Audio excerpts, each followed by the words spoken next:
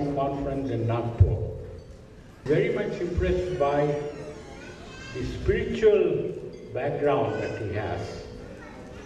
A faculty member, that too in computer science, is very much in demand these days. But he became an entrepreneur, a startup faculty member, and he has succeeded. I'll tell you why I say that he has succeeded. There is a large amount of non-academic systems which are required in education. And in fact, when I was in IIT Madras, Gokhale and I, we introduced ISO 9000. Many faculty members, they felt unhappy about the introduction of a quality assurance system for the non-academic activities of the institute.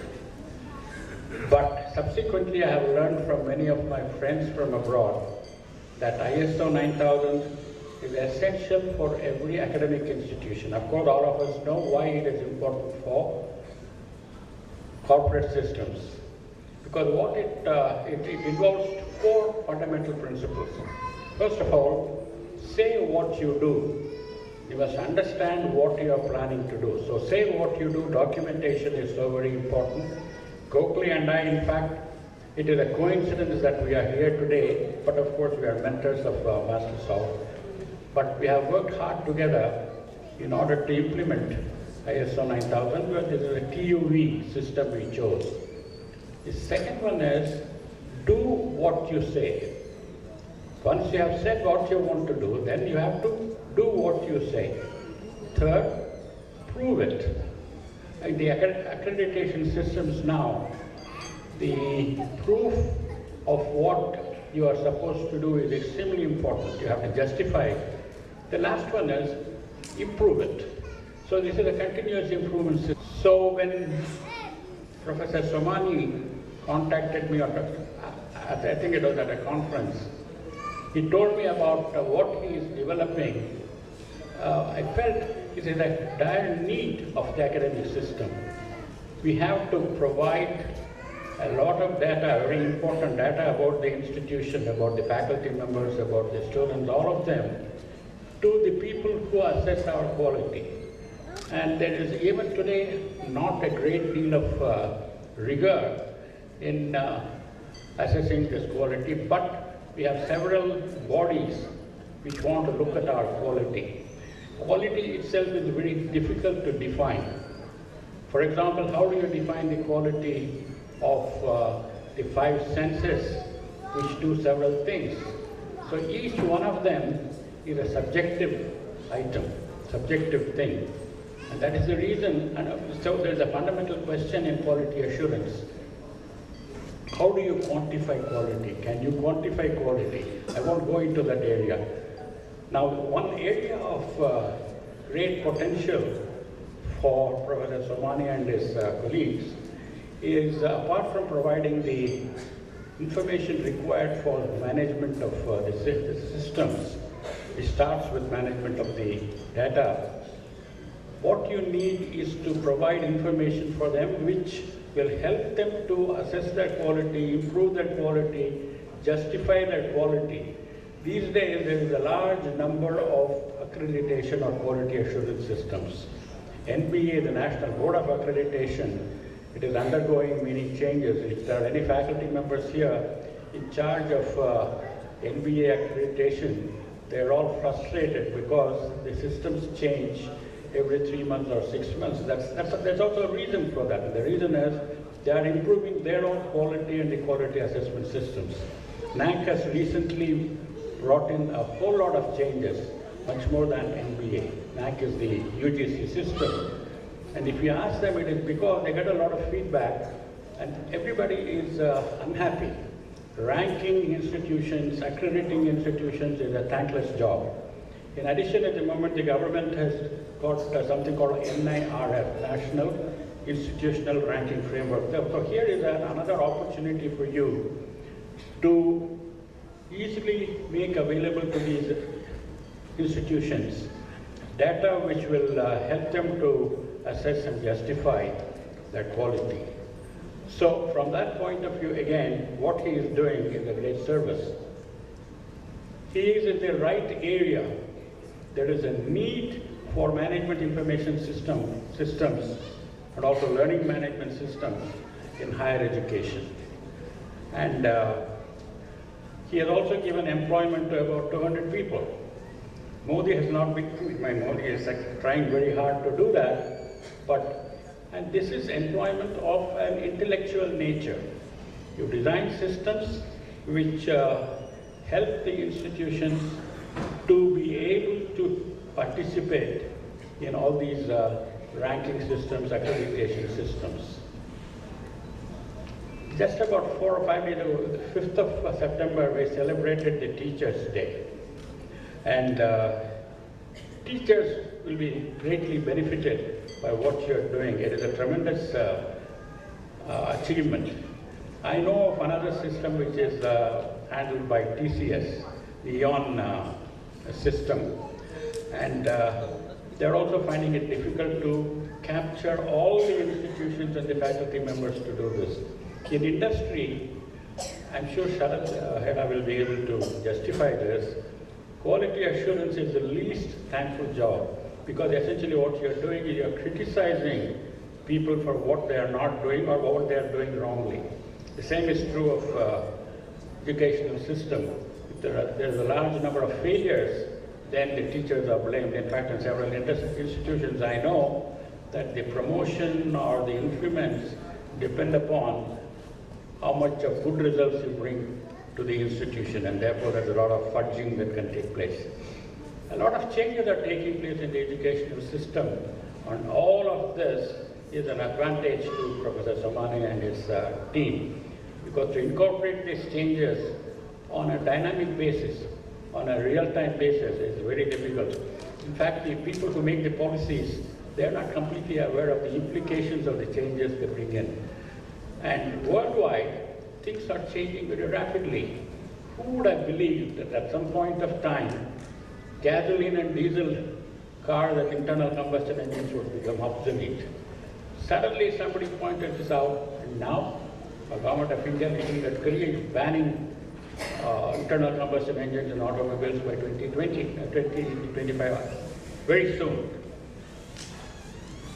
Now what happens then? Electric cars. Have we looked at all the implications of electric cars? Now, where do you get the electricity to charge these batteries? What about the battery technology? We are getting into another area without proper planning. A lot of changes are going to happen, and we have a lot of challenges. Climate change or global warming, whatever it is a real challenge. And in order to combat that, there is a lot of changes in the educational systems must take place. As it is, our students are grappling with the conventional systems. But how do they manage? Particularly now we have a big agitation in Tamil Nadu, for instance, about the NEET exam. If you look at the basics of what this means we don't want to be world standard in anything, but then we want to create world-class universities. Money will not create world-class universities. It is the rigor in the systems, educational systems, and assessment is an important component of the educational system. So what you're doing is a great service to the academic community. I know of only a couple of other institutions which do that. They follow the conventional management information systems, but what you're doing is you're incorporating a lot of academic expertise into these systems.